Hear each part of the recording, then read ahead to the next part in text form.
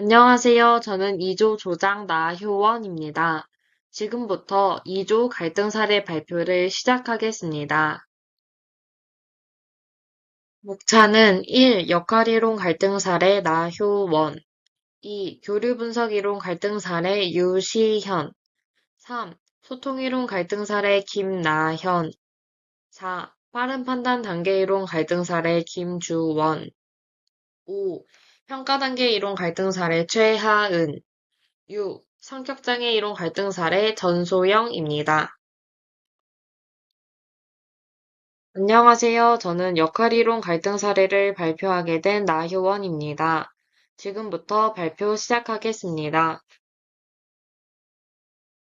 역할이론이란 사람은 자신에게 주어진 사회적 역할을 기대에 맞추어 잘 수행할 때 이상적 인간관계가 가능하다는 이론입니다.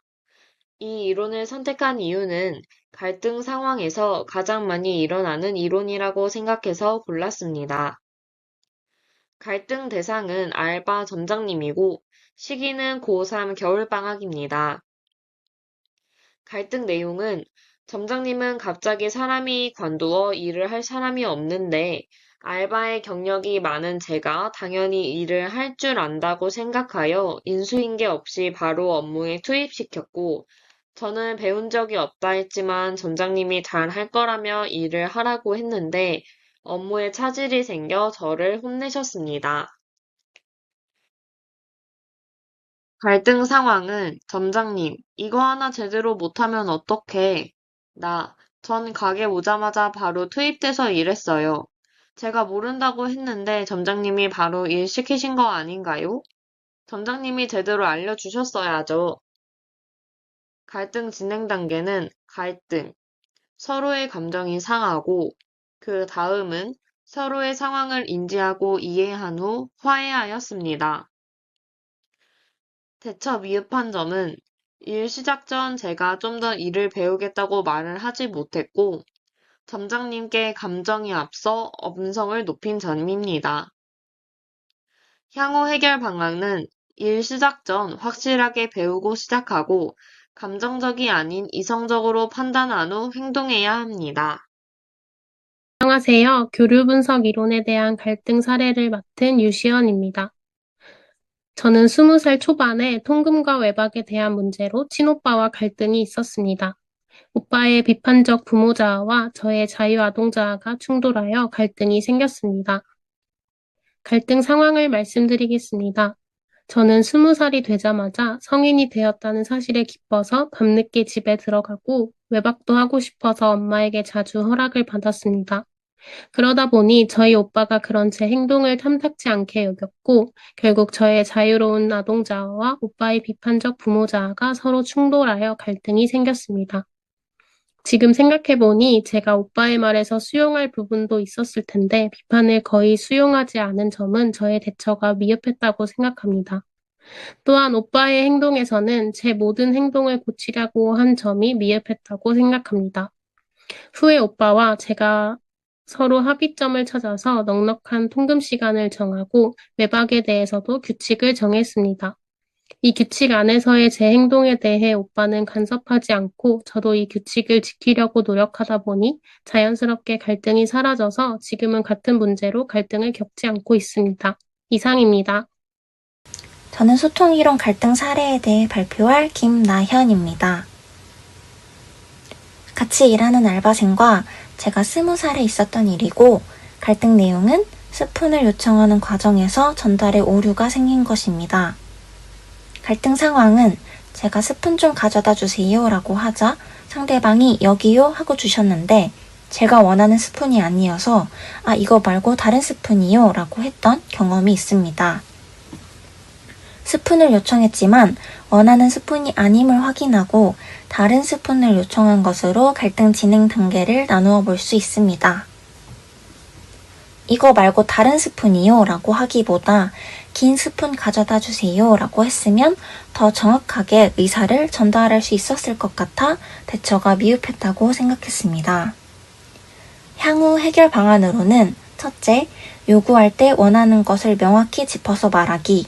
둘째, 내가 생각하는 것이 남이 생각하는 것과 일치하지 않을 수도 있다는 것을 염두하기를 제시하였습니다.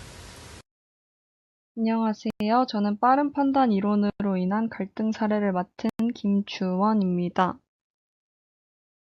빠른 판단 이론은 상대방을 자신의 경험이나 상식에 근거하여 빠르게 평가하는 것입니다.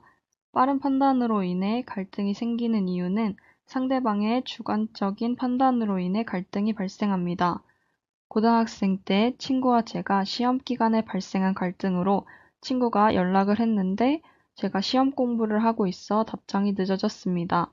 친구는 본인을 일부러 무시한다고 오해한 상황이 되었고, 답장이 늦음으로써 친구가 본인을 무시하는 것으로 오해해 서운함을 표현하여 거리감이 생기게 되었습니다.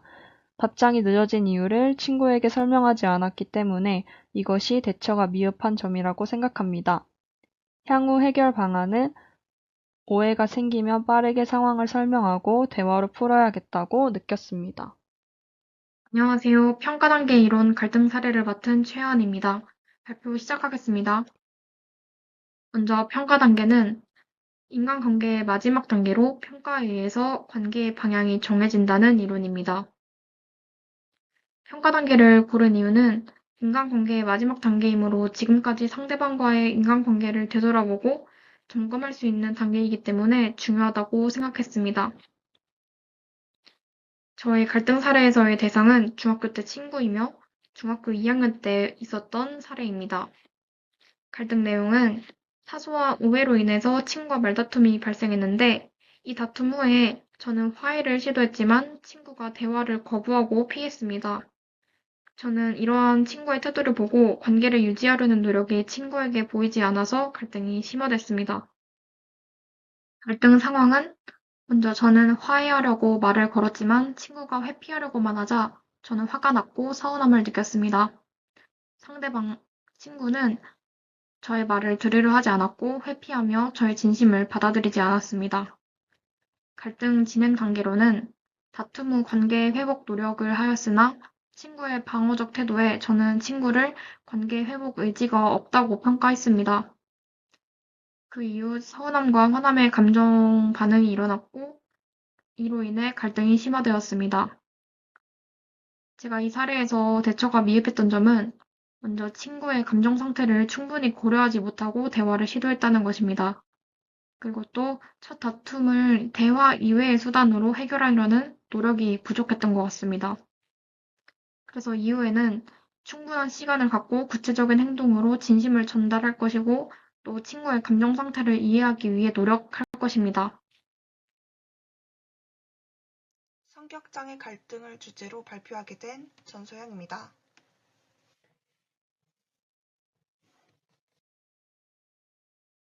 제가 성격장애 갈등을 주제로 발표를 하게 된 이유는 과거 제 친구가 저에게 한 행동을 무엇이라고 정의해야 하는지 몰랐습니다. 하지만 인간관계론 수업을 듣고 나서 제 친구에게 성격장애가 있었고 그때 제가 올바른 도움을 주지 못한 경험이 있습니다. 그래서 이렇게 다시 상기시키며 나중에 다른 친구에게 성격장애가 있는 것을 알게 된다면 꼭 도움을 주고 싶어서 선택하게 되었습니다. 대상은 친구이고 시기는 중학생입니다.